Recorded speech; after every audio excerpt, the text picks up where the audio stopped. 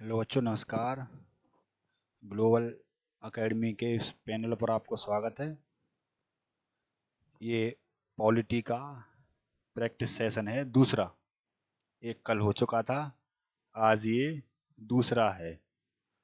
Polity, राजनीति या भारतीय राज्य व्यवस्था की आज ये दूसरी क्लास है, कल हो चुकी थी। ठीक है जी। पहला क्वेश्चन,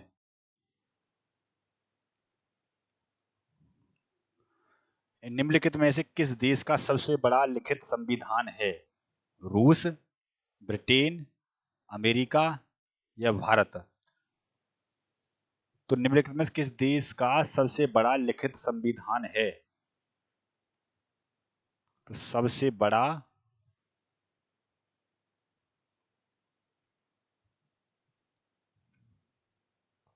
या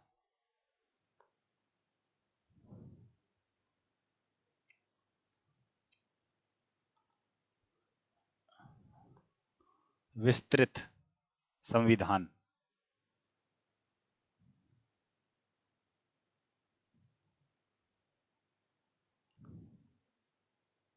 सबसे बड़ा भारत।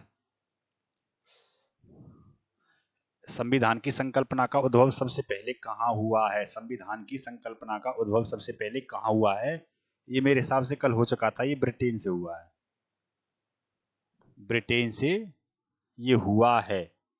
उद्भव का मतलब यानी कि कहां से निकली है उद्भव, ये ब्रिटेन से निकली है। भारत का मूल संविधान कहाँ संरक्षित है? तो भारत का मूल संविधान कहाँ संरक्षित है? राष्ट्रपति भवन, प्रधानमंत्री निवास, संसद भवन या फिर भारतीय पुरातत्व सर्वेक्षण? तो ये भारत के संसद में है और यह डिब्बे में रखा गया है।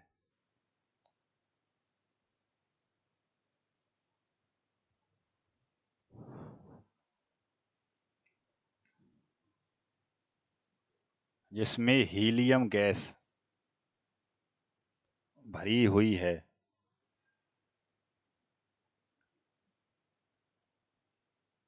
ऐसे डब्बा है, ऊपर कांच है इसमें, और इसमें हीलियम गैस है और अंदर रखी हुई है यहाँ।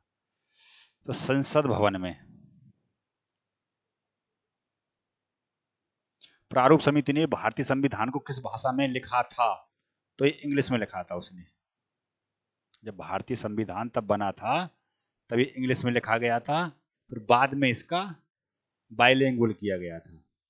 प्रारूप समिति ने जब इसको छापा था तो इंग्लिश में छापा था, और इंग्लिश में फिर ये बाद में हो गया हिंदी में। ये इंग्लिश है, केवल अंग्रेजी में। वीवल योजना की असफलता का मुख्य कारण क्या था?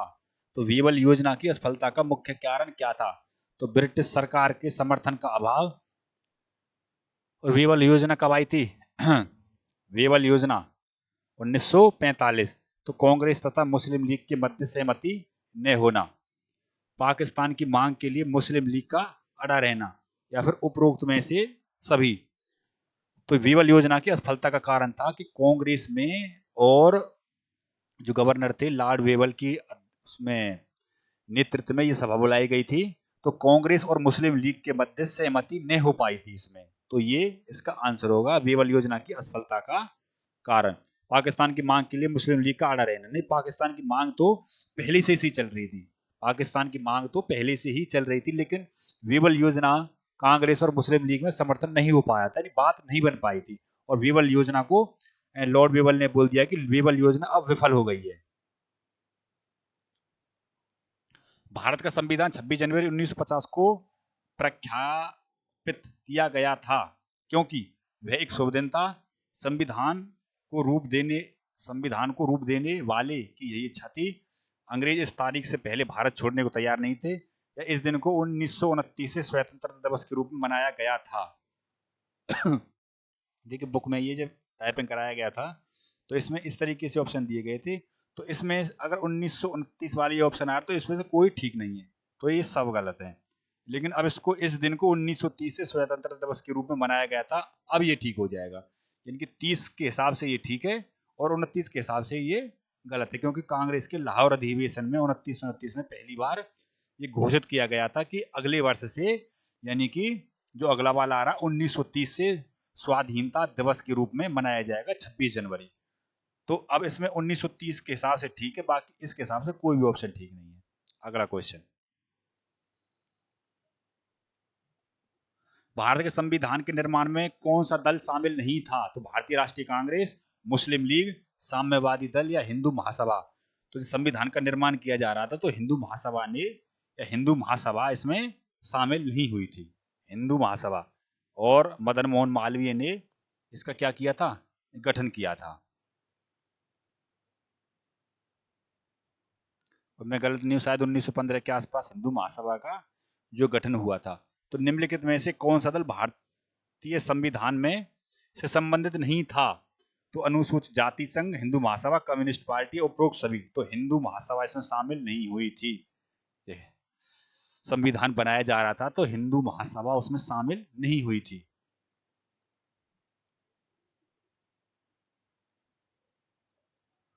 हमारे देश का संवैधानिक नाम क्या है? आर्टिकल 1। भारत, भारत अर्थात इंडिया, इंडिया दैट्स भारत, यानी आर्टिकल 1, भारत अर्थात इंडिया।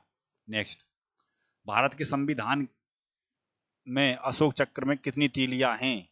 तो ये तो मेरे हिसाब से कोई होगा जो गलत कर पाएगा। 24। भारत के राष्ट्रीय ध्वज में चक्र क्या निरूपित करता है? तो जो चक्र है तो ये क्या निरूपित करता है भाई? क्या है इसका मतलब? यानी कि एक तरीके से पहिया है और पहिया जिस तरीके से गति करता रहता है हर टाइम, तो ये उसी से बताया गया है। यानी कि अब ऑप्शन क्या है इसमें? गति, सत्य, विकास और भविष्य। यानी कि पहिया एक तरीके से जिस प्रकार गति करता रहता है, यानी कि देश भी उसी प्रकार आगे बढ़ता रहे, तो गति यहाँ पर बताया गया है इसको। नेक्स्ट, निम्नलिखित में से कौन स्वतंत्र भारत के पहले वित्त मंत्री थे? तो आर के शनमुखम चेट्टी, लियाकत अली खान, जॉन मथाई या सत्यनारायण सिन्हा। तो पहले वित्त मंत्री थे शनमुखम चेट्टी, आर के शनमुखम चेट्टी। तो ये थे। जॉन मथाई कौन थे? ये रेल मंत्री थे। तो आर के शनमुखम चेट्टी पहले वित्त मंत्री। निम्नलिखित में से कौन सा अनुच्छेद 26 नवंबर 1949 को लागू हुआ था? तो आंशिक रूप से जो संविधान लागू हुआ था 26 नवंबर 1949 को, तो कुछ आर्टिकल लागू कर दिए गए थे उसी समय पर। तो इनमें से कौन सा था लागू किया गया था, ये पूछ रहा है। अब लागू कौन कौन से किए गए थे? 5, 6, 7, 8, 9, यानी 5 से 11 तक नागरिकता है। उसके बाद में 60 ये राष्ट्रपति की शपथ है। 324, 366, ये जो 366 है ये अनुसूचित जनजातियों के जो समूह हैं, ग्रुप, उनको निरूपित करता है। और अनुसूचित जनजाति कौन सी है? अनुसूचित जनजाति वो हैं जो आर्टिकल 342 में उनको रखा गया है। यानी कि आर्टिकल 342 में जिन तुम्हारी जो जाति हैं उनको बता रखा है, जो 342 में है। यानी कि आप ऐसे समझ सकते हैं 366 में ये है कि भारत राज्य क्षेत्र के अंतर्गत आने वाली वे सभी अनुसूचित जनजाति जिनको आर्टिकल 342 में रखा गया है। 367, 380, 388, 391, 92, 93 और 94। तो कौन सा लागू हुआ था इनमें से? तो इनमें से 388 ये जब लागू हो गया था। 5, 6, 7, 8, 9 नागरिकता, 60 शपथ, 324, 366, 367, 380, 88, 91, 92, 93 और 94। भारत संपूर्ण प्रभुत्व लोकतांत्रिक गणराज्य कब बना था? तो देखो, या तो 26 जनवरी 1950 आ जाए, या फिर 26 नवंबर 1949 आ जाए। कई बार ऑप्शन ऐसा भी देखा गया कि 26 जनवरी 1950 उसमें है, फिर वो ठीक मान रखा है। और कहीं अब जैसे इसके ठीक इस हिसाब से अब ऑप्शन इसमें ठीक नहीं बैठ रहा, तो फिर 26 नवंबर 1949 माना जाएगा। तो लागू तो इस दिन भी हुआ था संविधान। और संप्रभु का मतलब होता है कि संप्रभु देश वो होता है जो अपने आप में खुद फैसले लेता हो। जैसे अपने आप में आप भी खुद फैसले लेते होंगे तो संप्रभु होंगे, और किसी के दबाव से लेते होंगे तो संप्रभु वो नहीं है व्यक्ति। आप ऐसे ही देश से मान सकते हैं। आप जो देश अपने आप में खुद फैसले लेता है उसको संप्रभु बोलते हैं। और फैसले कब लेगा? जब संविधान लागू हो चुका था, ब्रिटेन यहाँ से जा चुका था। तो 26 जनवरी 1950 से 26 नवंबर 1949। ये ऑप्शन भी देखा गया था, ये भी देखा जाता है। अगला, स्वतंत्र भारत के पहले कानून मंत्री, स्वतंत्र भारत के पहले कानून मंत्री डॉक्टर भीमराव अंबेडकर। और मौलाना अबुल कलाम आजाद, ये शिक्षा मंत्री थे। शिक्षा मंत्री वल्लभ भाई पटेल उप प्रधानमंत्री प्लस गृह मंत्री। और जवाहरलाल नेहरू पीएम। और रक्षा मंत्री बलदेव सिंह। और स्वास्थ्य मंत्री अमृता कौर। वित्त मंत्री आर के स्वर्णमुखम चेट्टी। और कौन रह गया? शिक्षा मंत्री ये हो गए भीमराव अंबेडकर, ये कानून मंत्री हो गए। और इसके बाद में रेल मंत्री जॉन मथाई।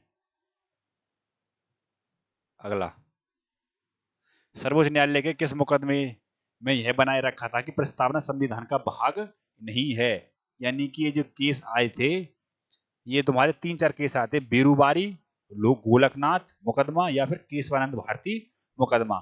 तो इनमें से किसने यह माना था, किस केस में यह माना गया था कि संविधान प्रस्तावना का भाग नहीं है? तो ये बेरूबारी मुकदमा था, इससे ये माना गया था कि संविधान में जो प्रस्तावना है वो संविधान का भाग नहीं है। तो बेरूबारी मुकदमा। अगला क्वेश्चन, देखो ये गोलकनाथ, केशवानंद भारती और ये, इन पे जो पॉलिटी वाला सेक्शन है, जैसे प्ले लिस्ट में जो क्वेश्चन जा रहे हैं, उसमें एक तो रिट आपकी रह रही हैं अभी, और एक ये मुकदमे, इनको कराएंगे। गोलकनाथ, बेरूबारी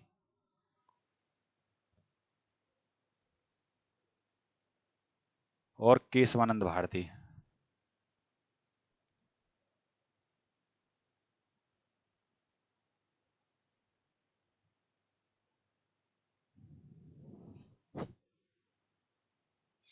अगला, जनगण मन को भारत के राष्ट्रीय गान के रूप में किस वर्ष स्वीकृत किया गया था? तो 24 जनवरी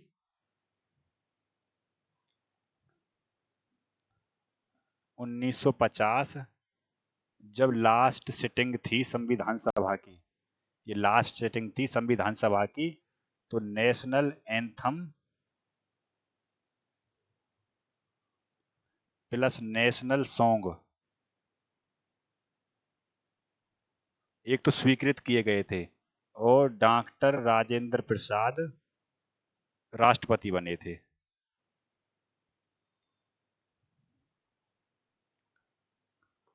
तो 24 जनवरी 1950 लास्ट सेटिंग थी, नेशनल एंथम और नेशनल सॉन्ग अडॉप्ट किए गए थे।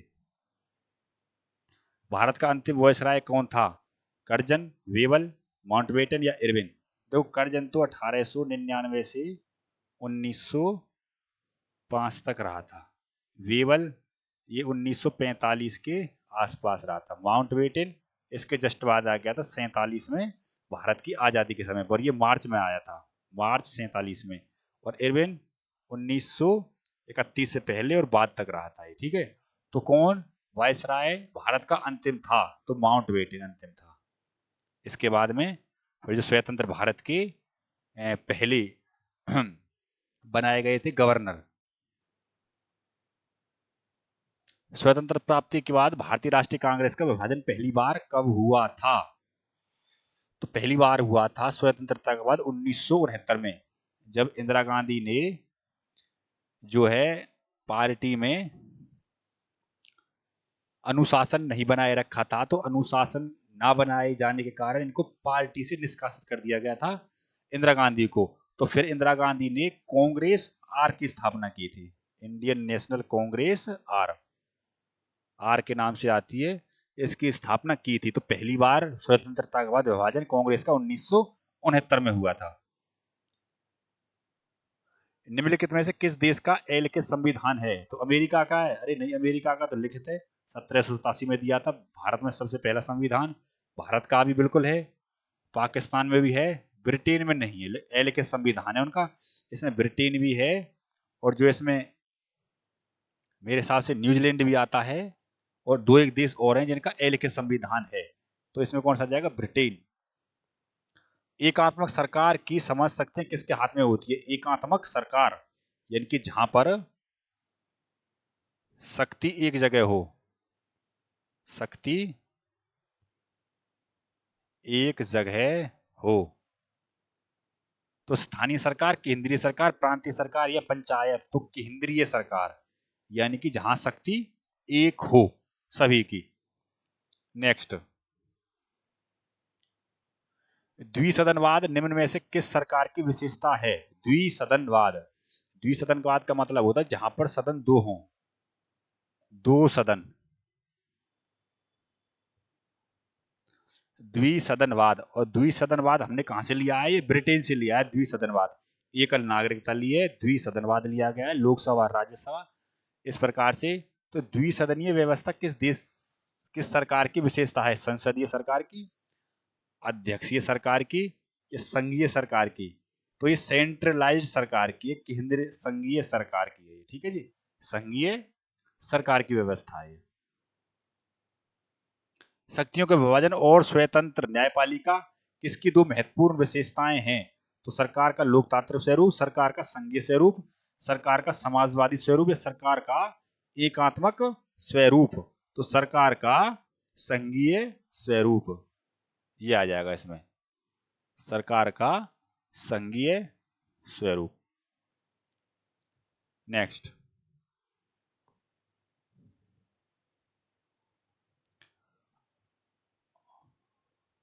दोहरी नागरिकता निम्नलिखित में से किसकी विशेषता है? एकात्मक सरकार की, संघीय सरकार की, संसदीय सरकार की, या फिर राष्ट्रपति शासित सरकार की? दोहरी नागरिकता कौन सी होती है? जहां पर व्यक्ति के पास दो नागरिकता हो, एक उस जिस देश में वो रहता हो उसमें, और बाकी दूसरे देश की वो ग्रहण कर ले, तो ऐसी नागरिकता। भारत में तो एकल नागरिकता है, अमेरिका में है दोहरी नागरिकता, अमेरिका है और देश भी हैं। तो एकात्मक सरकार, संघीय सरकार, संसदीय सरकार, या फिर राष्ट्रपति शासित सरकार? तो कौन सी आएगी इसमें? इसमें आप बताएंगे कमेंट करके, इसको मैं छोड़ रहा हूं आपके लिए, नहीं फिर तो आके कल बताएंगे इसको, सबसे पहले इसी को बताएंगे कल आके, तो ये आपका काम है। धन्यवाद।